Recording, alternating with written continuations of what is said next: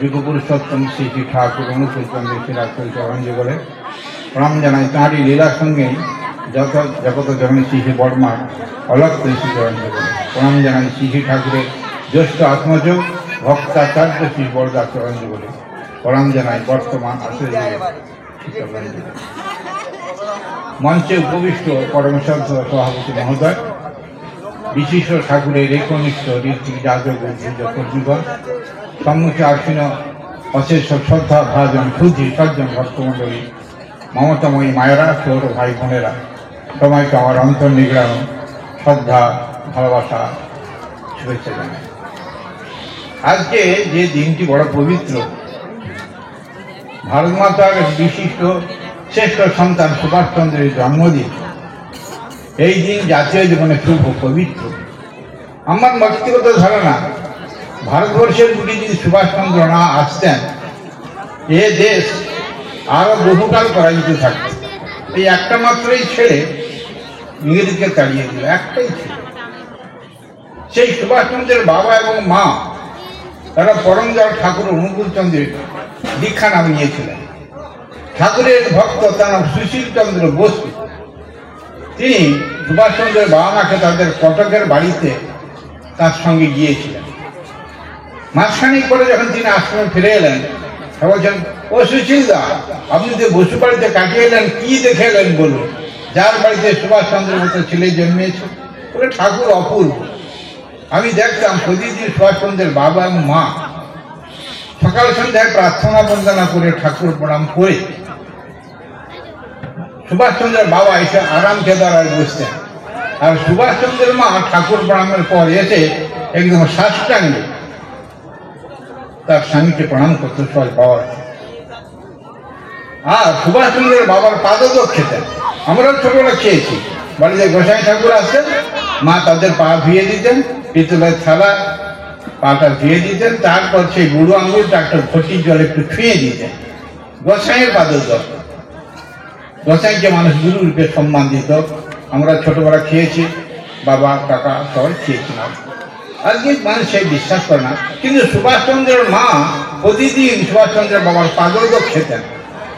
মুখে নিতেন, বুকে নিতেন, গায়ে মাখতেন, মাথায় নিতেন। বলে, দেখ সুশীল, এই বসু বাড়িতে আমি 9 বছর বয়স থেকে বউ হয়ে এসেছি। আজও পর্যন্ত সুভাষচন্দ্রের বাবার সঙ্গে একটা দিনও আমার কলহ হয়নি, স্বামী স্ত্রী ঝগড়া হয়নি। সুভাষচন্দ্রের বাবা আমাকে যখন যা আদেশ করেন আমি নির্দ্বিধায় খুশি পালন করি। তখন ঠাকুর আসনটা থেকে উঠে বলেন, কি বলে সুশীল, পৃথিবীতে এমন কোন পরিবারে আছে যার স্বামী স্ত্রীর একদিনও ঝগড়া হয়নি? বলে, না, একদিনও না। বলে, দেখলি, যার স্ত্রী দুর্গার মতো প্রতিভক্তি পরায়ণা, সুভাষচন্দ্রের বাবা শিবের মতো সর্বংশ পুরুষ, ওই তার ঘরে দেখ কার্তিকের মতো বীর্যবান ছেলে জন্মেছে, যার ভয়ে ইংরেজ পালিয়ে গেল। শ্রী ঠাকুর বলছেন, স্বামীতে স্ত্রীর নাইক নিষ্ঠা, স্ত্রীতে স্বামীর নাইক টান, এমনতর চলন যাদের শ্রদ্ধা হারা হয় সন্তান। স্বামীর প্রতি টান যেমনি, ছেলেও জীবন পায় তেমনি, অভ্যাস ব্যবহার যেমন তর, সন্তান পাবি তেমন তর। আজকে তাকে দেখুন চারিদিকে। আমাকে অনেকে বলে, মাস্টারমশাই, ছেলেকে বিয়ে করাবো, একটু মেয়ে ছেলে থাকে দেন না। যেখানে জিজ্ঞাসা করি, দাদা আপনার মেয়ে আছে, বিয়ে দেবেন? বলে, না, সে হয়ে গেছে, হয়ে গেছে, সে হয়ে গেছে। আরে কি বলে? এই জিজ্ঞাসা হলো কেন? স্কুলে তো ছেলেমেলা পড়ছে, তা একদম অবাক ভালোবাসাটা হচ্ছে কেন?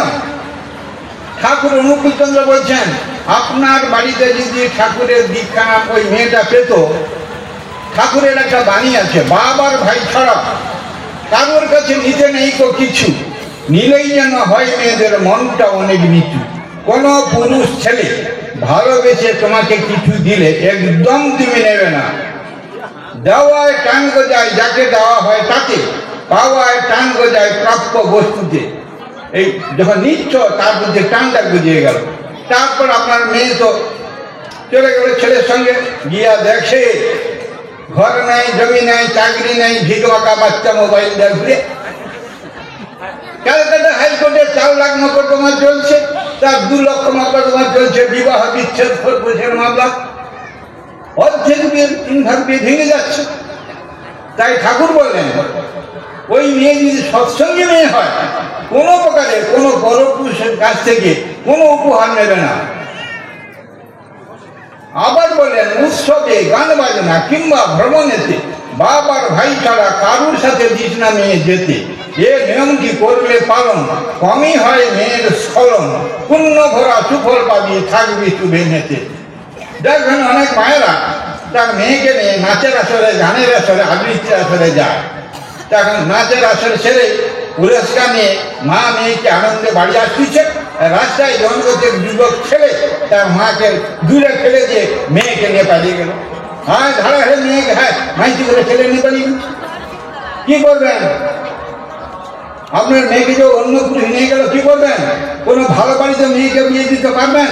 এরপরে পুরুষ নষ্টে যায় না রে জাত, নারী নষ্টে জাত উপকার। পুরুষ যদি 10টা বিয়ে করে মদ খায়, কিচ্ছু হবে না। কিন্তু আপনার মেয়ে যে কলঙ্ক হয়ে গেল, এরপরে ভালো বাড়িতে বিয়ে দিতে পারবেন? আমার বাবা বলছেন, গরু জরু ধান সম্মুখান। গরু বাছুরকে লক্ষ্য রাখতে হয়। গরু ছাড়া থাকলে মালিকের ফসল খাবে, লোকের ফসল খাবে। জরু মানে মেয়ে ছেলে, মেয়েদের সবসময় লক্ষ্য রাখতে হয়। আর ধান চাল টাকা পয়সাকে অলক্ষ্য হলেই হারা চুরি হয়ে যায়। কি সুন্দর কথা! গরু জরু ধান সম্মুখান।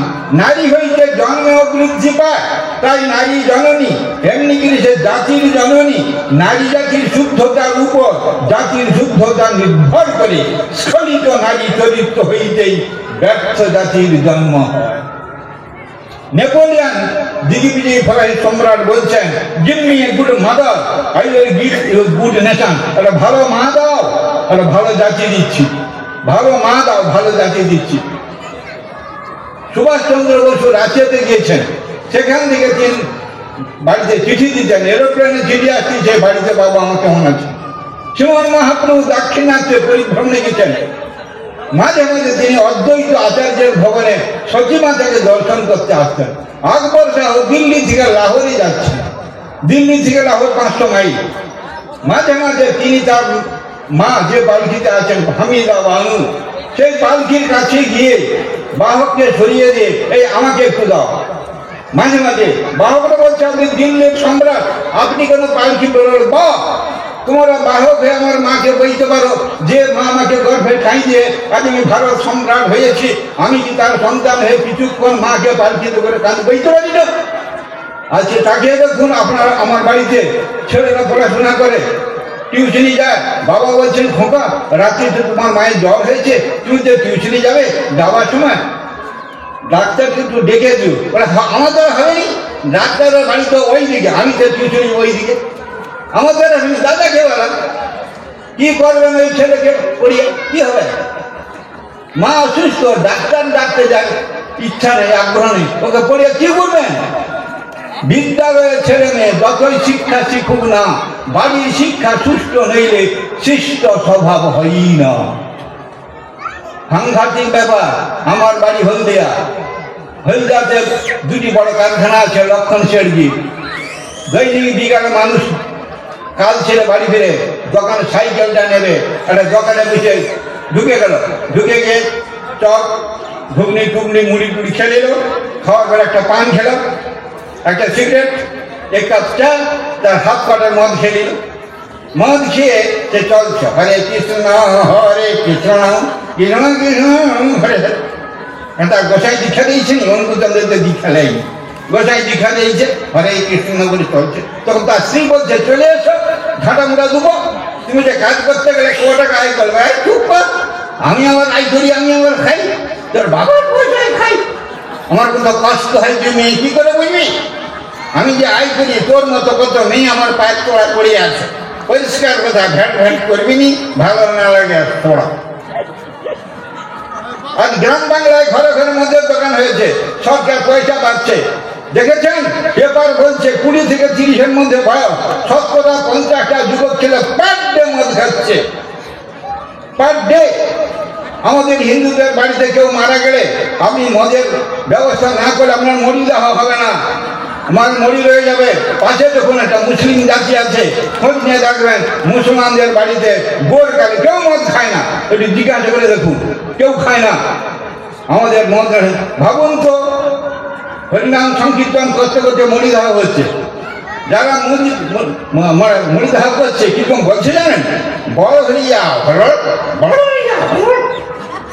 ভাবুন তো, আমার নাম লোকনাথ, আমাকে যদি লুকা বলে ডাকে, আপনার নাম হরি, আমাকে হরিয়া বলে ডাকা হয়, কত অসম্মান অমর্যাদা। আজও পর্যন্ত কোনো গ্রামের মোড়লটা বলেছে কি, ভাই সব মরি দাহ করো, তোমাকে টাকা দেবো, অথবা বাড়ি যাওয়ার সময় মদ খেয়ে যাবে, লক্ষ্মীটির দাহকালীন তুমি মদ পান করবে না। কোন গ্রামের কোনো মোড়ল বলেছে কি? বলেনি।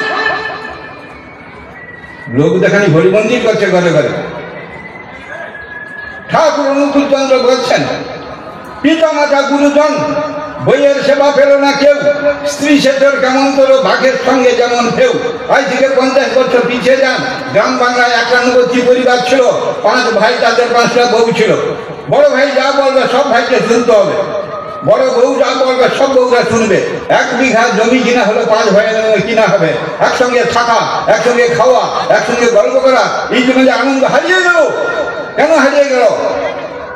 আগে যে বিয়েগুলি ছিল সেখানে ছেলে মেয়েকে, মেয়ে ছেলেকে দেখার কোনো সুযোগ নাই, উভয় পরিবারের লোক গিয়ে ছেলে মেয়ে পছন্দ করলো, ছেলে বিয়ে হতে গেল, সে জানতো আমার পরিবারের গুরুজন যেটা ঠিক করেছে এটা আমার উপযুক্ত। ওই যে বিয়ে, ওটার কম্পিটেবল ম্যারেজ, ওই বিয়েটা ভাঙেনি, ডাইভোর্স হয়নি। আগেকার দিনে রাজা জমিদাররা অনেক বিয়ে করত, স্ত্রী অসুস্থ বিয়ে করলো, স্ত্রীর সন্তান হয়নি বিয়ে করলো, স্ত্রীর কন্যা সন্তান হয়েছে, পুত্র হয়নি বিয়ে করলো, কিন্তু কোন স্ত্রী বাঁচিয়ে যেত না। আজ গভর্নমেন্ট আইন করে দিচ্ছে বিবাহ বিচ্ছেদ করবে, চলবে। ঠাকুর অনুকূল চন্দ্র বলছেন, অসহ্য হলে তো সর্বনাশ, কুলটারা আরো দগ্ধ তারা মরে। মরণ সমাজের যে মেয়ে স্বামী ছাড়া অন্য পুরুষের সঙ্গ করে, সরস্বতী যে মেয়ে স্বামীকে ত্যাগ করে চলে যায়, সে কুলটা। ওই 2 নারীর গর্ভে যদি কোনো সন্তান হয়, সে দেশ জাতি সমাজকে সবার করে দিবে। এই যে মদ খেয়ে বাড়িতে আসছে, একটা থামাবেন কি করে? ডাক্তার মাস্টার অভিষেকে ডাকুন। এই যে পুরুষরা মদ খেয়ে বাড়িতে আসছে, আর ঔষধ দিয়েছেন ঠাকুর অনুকূল চন্দ্র। তিনি বলছেন, স্বামীর কি দোষ, ধরিস না মেয়ে, বলিস না তাই খোঁচা দিয়ে, অন্তরে তার তৃপ্তি দিয়ে শুধরে নিবি সব নিয়ে। যখন স্বামী মদ খেয়ে বাড়িতে আসবে, কিছুই বলবে না, বসার আসনটা দেবে, জামাটা খুলে নেবে, পাখাটা চালিয়ে দেবে, গাড়ি জুড়ে গেল, ওকে সারাদিন তুমি কাজ করে আসো, পরিশ্রান্ত, তুমি বসো, কিছু চা বা কিছু খাবার খাও, আর ছেলেরা পড়তে বসছে, তুমি একটু পাশে বসো, আমি একটু তাড়াতাড়ি রান্না করে দিচ্ছি, শীঘ্রই তুমি খেয়ে ঘুমাবে। ঠিক 9টা 9:30 আপনার স্বামী ঘুমিয়ে গেল, ঠিক রাত্রি 2টা 2:30টার সময় ঘুমটা ভেঙে গেল, সেই সময় ওকে ধরো, দেখো গো কি সুন্দর তোমার শরীরটা ছিল, কোথা থেকে দুষ্টু লোকের পাল্লায় পড়ে প্রতিদিন মদ খেয়ে বাড়িতে চিৎকার মারামারি করছো, ওই ছেলেরা মদ খাবে। আর এই বাড়িতে মদের চর্চা থাকলে কোন ভদ্রবাড়ির লোক এই বাড়িতে ছেলে দিয়ে বিয়ে শাদী করাবে? তাই বলি কি, কত আশা ভরসা ভালোবাসা নিয়ে আমি তোমার সংসারে এসেছি, তুমি কিছু আয় করো বলে আমরা খেয়ে করে বেঁচে আছি, তোমার হাতে ধরে অনুরোধ করছি, তুমি মদ খেও না, একটু দুধ খাও, ফল খাও, তুমি সুস্থ ভালো থাকলে আমরাও বাঁচবো, তুমি একটু আমাকে কৃপা করো। এমনি করে প্রতিদিন বিনয়ের সঙ্গে আপনার স্বামীকে বলুন, আপনার স্বামী মদ ছেড়ে দিচ্ছে। কাউকে কিছু বলিস যদি সংশোধনের তরে, গোপনে দাঁড়িয়ে বুঝিয়ে বলিস সমবেদনা ভরে, চোরকে চোর, নেশাখোরকে নেশাখোর বললেই সে রেগে যাবে, রেগে যাবে।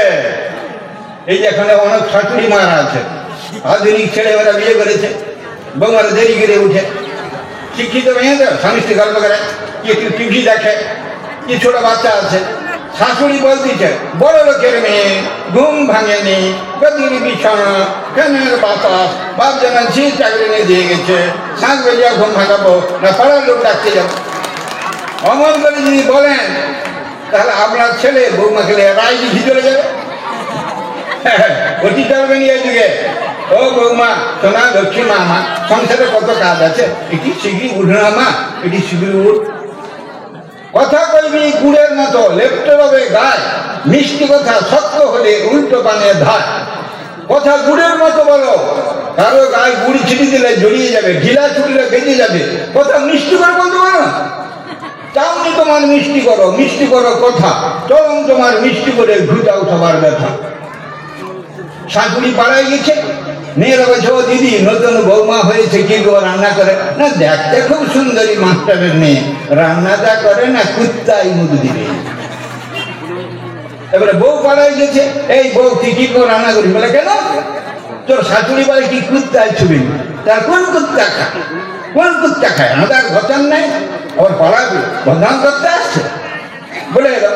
এবার শাশুড়ি পাড়ায় গেছে, ও দিদি তোমার বৌমা বলে কি কোন কুত্তা খায়? আর মেয়েদের কথা বেটা অভ্যাস। হ্যাঁ, বৌমা বললো কোন কুত্তা খায়? তার কুত্তা। বেটা রাত্রিতে ঘরে এলো, কি গো খাওয়া দাওয়া হয়ে গেছে? বলে না।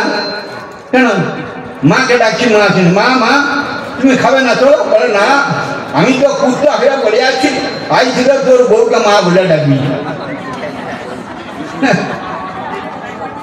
পরে ডাকা গেল, কুত্তায় ছুঁবেনি এ কথাটা পাড়ায় বিলালো কেউ শাশুড়ি। কেন গেছ?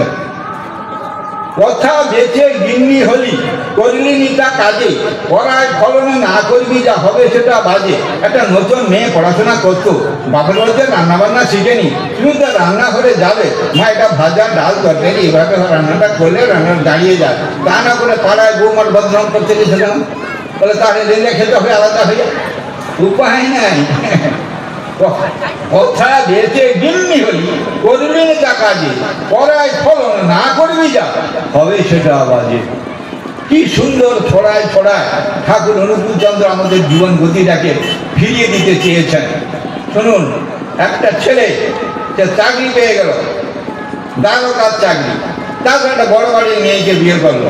সে মেয়েটি বলছে আমি ওই পাড়াগাঁয়ে থাকবো না, ও পাড়াগাঁয়ে ভূতের মাথা, অশিক্ষিত লোক থাকে, রাস্তাঘাট ভালো নয়, বন জঙ্গল, ভালো টিউবওয়েল নাই, ভালো ল্যাট্রিন নেই, তোমার সঙ্গে আমি থাকবো। এই বলে দ্বারকার সঙ্গে তার স্ত্রী রইল।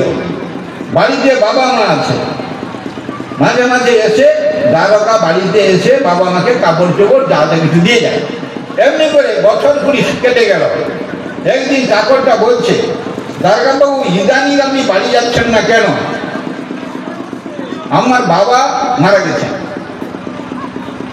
আমি শুনেছি কিন্তু যাইনি। বলে কেন? আমার স্ত্রী বলছে তুমি বাড়ি যেও না, গেলে তোমার মা আটকে দেবে, আসতে দেবে না। আমি কিনা নাপিতদেরকে চুল কেটে দিয়েছি আর বামুনকে একটু কাপড় চোপড় দিয়ে দিচ্ছি, আর সাধ্য করেননি আমি ছেলে। ঠিক 2 দিন পরে দ্বারকাকে নিয়ে ওই চাকরটা থানার সামনে গেল, একটা বড় পুকুর, সেখানে গিয়ে দ্বারকাকে একটা পাথরের চান কেটে দিয়েছে, 20-25 কিলো পাথরের চান কাপড় দিয়ে বেঁধে দিচ্ছে, হাতে একটা কলসি দিচ্ছে। বলে এইটা নিয়ে আপনি পুকুরে নেমে যান, 1 ফুট জলে নামবেন, নেমে কলসিটা জলে ভরে নিয়ে ডাঙায় উঠে আসবেন, আপনাকে 2 সের মিষ্টি খাওয়াবো। দ্বারকা জলে নেমে গেল, কলসি জলে ভরলো, যেই উঠে দিকে তুলবে ডাঙা, কলসির ভাগ কণা করে গেল। আর এই পাথরটা 20-25 কিলো কেটে বাঁধা আছে। বলে আমি দুটো নিয়ে বার করবো না, পারবো না।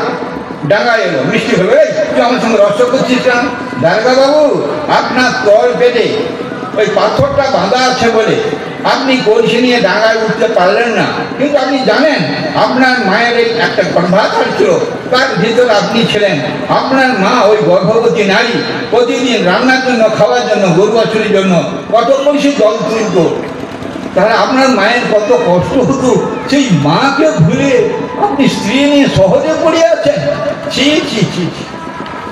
এই যে বলে না দ্বারকা রাত্রে ঘুমলো না, তারপর দিন গেছে বাড়িতে, মা বাজার থেকে আসছে, তখন সরিষার তেলের কাঁচের বোতল ছিল, সিপি দড়ি বাঁধা, নিয়ে আসছি বাজার থেকে, গিয়ে জড়িয়ে ধরছো, এই তুই কে? না আমি তোমার ছেলে। আরে বড় ফাঁকা, তোর বাবা মারা গেলে তুই তো বাড়ি এলি নি বাবা।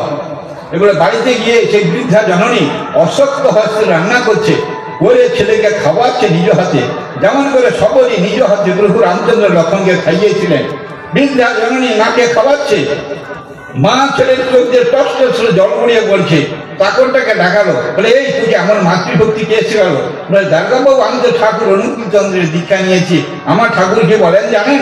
আকাশে দেবতা আছে, কানে মাত্র শুনি, সাক্ষাৎ দেবতা ভবে জনক জননী।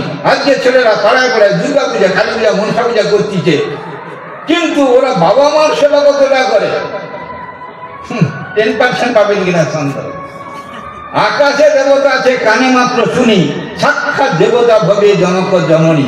সেই ঠাকুরের কাছে গেল, দ্বারকা তার মাকে নিয়ে গেল, বললেন যান যান বাজার থেকে ভালো কাপড় একটু মিষ্টি নিয়ে আসুন। অনেকদিন মাকে কাপড় পরাননি, মাকে কাপড় পরালো, মিষ্টি খাওয়ালো। দ্বারকার স্ত্রী এলো, বলছেন মাগো, যে স্বামীকে নিয়ে তুমি ঘর করছো, এই তোমার শাশুড়ি কিন্তু ওকে প্রসব করেছিল, তুমি তাকে অবহেলা করে শহরে আছো।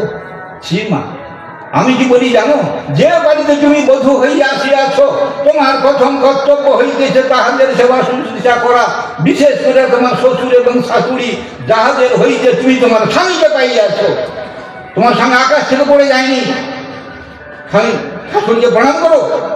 আজ থেকে তুমি জীবনের বাকি করা তোমার শাশুড়ির সেবা করবে। দ্বারকা স্ত্রীর চোখে জল পড়ে গেল, মাকে ধরে নিয়ে স্ত্রীকে নিয়ে দ্বারকা বাবু বাড়ির পথে চললেন। এর ঠাকুর অনুকূল চন্দ্র, যিনি মিলনের দেবতা, প্রেমের দেবতা, ভেঙে যাওয়া ক্ষয়ে যাওয়া জীবনে যিনি মানুষের জীবনে আশার প্রদীপ জ্বালিয়ে দিচ্ছেন, এলো ঠাকুর অনুকূল চন্দ্র। আজকের ইষ্টভীতি নিয়ে দেশে দেশে বড় সমস্যা, অভিনব চেষ্টা পাচ্ছেন অনেক। আমরা ঠাকুরের নাম নিয়েও বিখ্যাত ইষ্টভীতি করছি না। ইষ্টভীতি কি জানেন? আপনারা একটু সহজ করে শুনুন। এই যে সূর্য সারাদিন আলো দেয়, গোটা পৃথিবীর সমস্ত জীবকে আলো দেয়, একটা পয়সা নেয় না, বিনা পয়সার আলো জগৎ পায়। কিন্তু এই যখন এই ইলেকট্রিক আলোটা জ্বলছে, এর জন্য পয়সা দিতে হবে।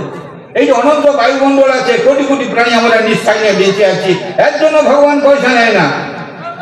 যখন ফ্যানটা চালান, পয়সা দিতে হবে। এই যে অনন্ত জলভান্ডার, নদী নালা খাল বিলে আছে, এর জন্য ঈশ্বর পয়সা নেয় না। ট্যাপ থেকে জল নিলে পয়সা দিতে হবে। তাহলে ভগবান আপনাকে বিনা পয়সায় জল দেয়, আলো দেয়, বাতাস দেয়, বাবা মা ভাই বোন স্ত্রী ছেলে মেয়ে দিল। আজকে তুমি কি দিলে? কি দিলে তুমি?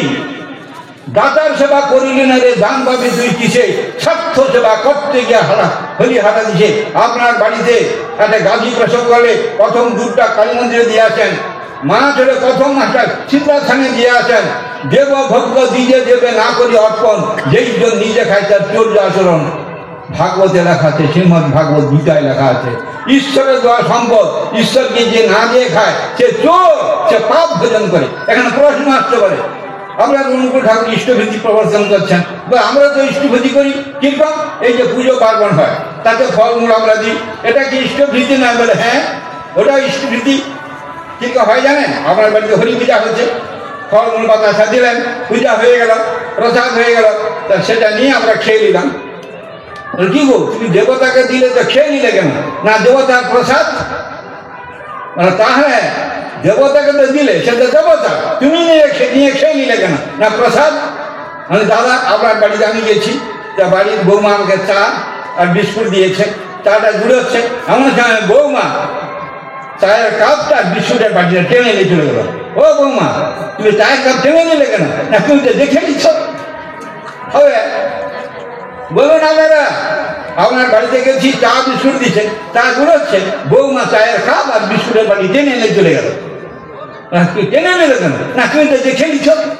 এই যত পূজা হচ্ছে না, ওই ঠাকুর দেখে নিল, বাকিটা আমার হয়ে গেল। এই জন্য এই পূজা করা সস্তা, একেবারে দত্তাপহরণ, দাতাকে দিয়া বা নিয়ে নেওয়া, এটা দত্তাপহরণ বলে। এটা নিঃস্বার্থ দান নয়, ইষ্টভীতি নিঃস্বার্থ দান, সত্য ত্যাগ পূর্ব দান। এই ইষ্টভীতির কি ফল, দু একটা গল্প বলে আমি শেষ করবো, শুনুন। খেজুরিতে চিন্তামণি কর বলে এক দাদা ছিলেন, চিন্তামণি কর, তিনি যে বড় অবস্থাপনা ব্যক্তি, তিনি ঠাকুরের দীক্ষিত। তার একটা ধান চালের ব্যবসা ছিল। একদিন নৌকায় করে ধান নিয়ে যাচ্ছেন আড়তে বিক্রি করতে, এমন সময় একদল ডাকাত তার ধান লুট করবার জন্য চলে আসছেন, ধানটা লুট করে। আর চিন্তামণি তার ছেলের হাতে একটা গাছা বন্দুক ছিল, সেই বন্দুকটা দিয়ে 4-5 জন ডাকাতকে মেরে দিল। সঙ্গে সঙ্গে থানায় খবর হলো, চিন্তামণি তার ছেলেকে নিয়ে চলে গেল মেদিনীপুর জেলা কোর্টে, তার বিচার হলো, তার ফাঁসি লড়ার হয়ে গেল। চিন্তামণি বললেন, হায় ভগবান, আমার একমাত্র ছেলের ফাঁসি। 2 জন গুরু ভাইকে ঠাকুর বাড়ি পাঠিয়ে দিল দেওঘর। তখন ঠাকুর ছিলেন, গিয়ে ঠাকুরকে জানাবে। কিছুক্ষণ পরে ঠাকুর বলছে, এই দেখ, ওই খেজুরি থেকে 2টি গুরু ভাই এসেছে, ওদিকে বলে দে চিন্তামণি তার ছেলের ফাঁসি হবে না। কি বলে? না, ওদিকে বলে ফাঁসি হবে না। আর আমাকে যেন খেজুরি দিয়ে কিছুটা জায়গা দেয় মন্দির বানাবার জন্য, আর আমাকে যেন একটা গাড়ি কিনে দেয়। নির্দিষ্ট জেলে মেদিনীপুর জেলা কোর্টে ফাঁসির ডেট ঘোষণা হয়ে গেছে, সব আত্মীয় স্বজন গ্রামের লোক গেছে। ঠাকুর যে বলেন ছেলের ফাঁসি হবে না, কি হবে? বাড়ির সবাই নিষ্ঠা ভরে ইষ্টভৃতি করে, সবাই নিষ্ঠা ভরে ইষ্টভৃতি করে। ফাঁসির সময় যে ফাঁসি যাকে দেওয়া হবে তাকে খাওয়ায়, খাইয়ে মঞ্চে নিয়ে এলো, মঞ্চে থেকে একটা জামা পরাবে, তারপর তার মুখে একটা কালো কাপড় ঢাকা দিবে, তারপর গলায় ফাঁস লাগা। যে সময় কালো কাপড়টা ঢাকা দিবে, চিন্তা মানে তার ছেলে বল দিচ্ছে, পিয়ন ভাই আমার ভয়ঙ্কর প্রস্রাবের বিয়ে হচ্ছে, আমি প্রস্রাবখানায় যাবো। এই পিয়ন যাও যাও, তো প্রস্রাব করতে নিয়ে যাও। তাকে প্রস্রাব করতে নিয়ে গেল। যখন তাকে নিয়ে এলো ফাঁসির মঞ্চে, জাজ বল দিচ্ছে এর ফাঁসি হবে না। কেন না, যে টাইমে ফাঁসি ছিল, ধরো 12:51, টাইমটা 15-20 মিনিট পেয়ে দিচ্ছে, ফাঁসির টাইম আউট, হবে না। তখন প্রিয়ঙ্কা বলছে, আরে ভাই এতক্ষণ ধরে প্রস্রাব কি ব্যাপার? না আমি তো দাঁড়িয়ে আছি, দাঁড়িয়ে দাঁড়িয়ে প্রস্রাব করছি 15 মিনিট। আর 15 মিনিট লোক প্রস্রাব করে, পেটে কত দৌড় আছে। ভাবুন তো, 15 মিনিট প্রস্রাব করতেছে। প্রিয়ঙ্কা বলে, আমি দাঁড়িয়ে দেখতেছি, আমি কি বলবো তুই প্রস্রাব বন্ধ কর? হাসি হল, টাইম আউট হয়েছে। সেই চিন্তামণি কর খেজুরিতে জায়গা দিয়েছেন, ঠাকুরের মন্দির হয়েছে। আর তিনি ঠাকুরকে গাড়ি একটা কিনে দিয়েছিলেন, সেই গাড়িতে ঠাকুর 2-1 দিন চড়েছে কিনা সন্দেহ। বলে গাড়িটা কেন না, গাড়ির তো লোহা। গুরুকে লৌহ দান করে তার কর্মফল কেটে গেল। দেখছেন, গুরুকে লৌহ দান করে তার কর্মফল কেটে গেল, মৃত্যু যোগ কেটে গেল। এই ঠাকুর বলেন, সৎ দীক্ষা তুই এক্ষুনি নে, ইষ্টে তেরা সম্প্রীতি, মরণ তরণ এ নাম জপে, কাটেই অকাল জম্ভীতি। আর একটা ছোট্ট কাহিনী বলে শেষ করবো, শোনেন। হাওড়ার কাছে শালিকা একটা স্টেশন আছে, শালিকা। সেই শালিকা স্টেশনে ট্রেন থামতে একজন ঋত্বিক দাদার নাম হলো। এমন সময় একটা পা কাটা ভিখারি, এই তার পা এখান থেকে নেই, বলে বাবু কিছু ভিক্ষা দাও বাবু। ঋত্বিক দাদা তাকে পয়সা করে কিছু দিলেন। বলে তোমার পা কেটে গেল কি করে? না একটা অ্যাক্সিডেন্ট, আমার পা চলে গেছে। আমি কি কষ্টে আছি সারা জীবন, এই ভিক্ষা ছাড়া আমার বাঁচার কোনো রাস্তা নেই। কোথায় থাকো? ওই ট্রেন লাইনের ধারে ছোট একটা ঝুগড়ি আছে, সেই ঝুগড়িতে উড়ে করে আমার স্ত্রী আমার ছেলে পরিবারে থাকি। বলে তুমি ঠাকুর অনুকূল চন্দ্রের নাম শুনেছো? বলে হ্যাঁ, ওই তো শালিকাতে একটা আশ্রম আছে। বলে চলো তোমার বাড়ির লোককে ডাকাও। বাড়ির লোক গেলো, ওকে নিয়ে গেলো, ঋত্বিকদা গেলেন, বাড়ির সবাইকে দীক্ষা দিলেন, শোনো তোমরা ঠাকুরের নাম ভেবে আর দৈনিক 10 পয়সা করে ইষ্টবিধি করবে। তখন 9 পয়সা ছিল, আর ওটা মাসের শেষে ওই মন্দিরে দিয়ে আসবে। বলে এই ঋত্বিকদা চলে গেলেন। বছর 2 পরে সেই ট্রেনে এখন ঋত্বিকের সঙ্গে দেখা হয়ে গেছে। তা প্রণাম করছে, এই কে তুমি? আমাকে চেনেন না? আমি সেই শালিকার পা কাটা ভিখারি। আরে তুমি কেমন আছো? খুব ভালো আছি। আপনার কথা শোনার পর সেদিন থেকে আমি ভিক্ষা করিনি। গভর্নমেন্ট হসপিটালে গিয়ে আমি প্লাস্টিকের পা লাগিয়েছি, লাগিয়ে ট্রেনে হকারি করি। আমার ভালো আয় হচ্ছে জানেন। আমি 2 ডিসেম্বর দামি জায়গা কিনেছি, 2 ডিসেম্বর ঘর করবো, ইট বালি সঞ্চয় নিয়ে আসছি জানেন। ঠাকুর অনুকূল চন্দ্র আমার ভাগ্যের চাকাটা ঘুরিয়ে দিচ্ছে। ভিক্ষা করে খায় তবু আমায় দেয়, জেনে নিও তার দারিদ্র ব্যাধি কেটেছে। সুদামা ব্রাহ্মণের দারিদ্র নিরসন করেছিল প্রভু কৃষ্ণ, দ্রৌপদীর কাপড় জুগিয়েছিল প্রভু কৃষ্ণ, পাণ্ডবদের দুর্বাসার হাত থেকে রক্ষা করেছিল প্রভু কৃষ্ণ। তাই তাকে দেওয়ার মধ্য দিয়ে দয়াটা আছে। আপনি দেবেন না, নেবেন। চাকরি চাই, ঘর চাই, সুন্দরী বউ চাই, ব্যাংক ব্যালেন্স চাই, আর দাতাকে কিছু দেবেন না, জীবনে দুঃখ দেওয়া যাবে না। এই দাতার সেবা করলি না রে, ধান পাবি তুই কেসে।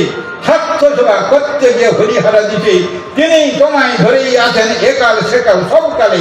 তোমার ধরা হয় তখনই ভক্তিতে প্রাণ দিলে ঢেলে, ঈশ্বর তোরে বাঁচেন ভালো, তাতে তোর বা কি?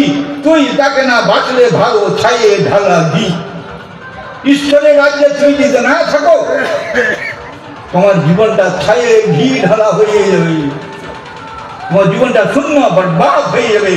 তাই দীক্ষাটা 12 বছর থেকে ছেলে মেয়েকে দিয়ে তখন থেকে তার জীবনের যাত্রাটা শুরু করাতে হয়। শাস্ত্রে সব দিকে দীক্ষার কথা বলা আছে। আপনারা যারা ঠাকুরের নাম পেয়েছেন, আমি করে জোরে প্রার্থনা করি ঠাকুরকে নিয়ে চলুন। আর যারা দূরে চলে গেছেন তাদেরকেও ডেকে নিয়ে আসুন, 12 থেকেই ছেলে মেয়েকে দীক্ষা দিবেন। তা না হলে বেপরোয়া হয়ে যাবে ছেলে মেয়ে, আটকাতে পারবেন না সমাজের যে বিপরীত হওয়া। আজ বৃদ্ধাশ্রম তৈরি হয়েছে ভারতবর্ষে, বুড়ো বাবা মা বৃদ্ধাশ্রমে থাকে। আহা, কৃষ্ণ চৈতন্য বুদ্ধের দেব সে দেশে বাবা মা বৃদ্ধাশ্রমে আছে, শুনতে লজ্জা লাগে। কৃষ্ণ চৈতন্য বুদ্ধের দেশে বৃদ্ধাশ্রম তৈরি হয়েছে। সবাই ভালো থাকবেন। আর যারা আয়োজন করেছেন উৎসবে, ঠাকুরের প্রতি অচ্যুত তাদের অনুরাগের মধ্য দিয়ে তারা স্থিত জীবন যাপন করুক। আর এই এলাকার সমস্ত মানুষের সকলের জন্য আমার প্রভু এবং প্রভু পরিবারের সকলেরই অজস্র আশীর্বাদ প্রার্থনা করি। জয় গুরু।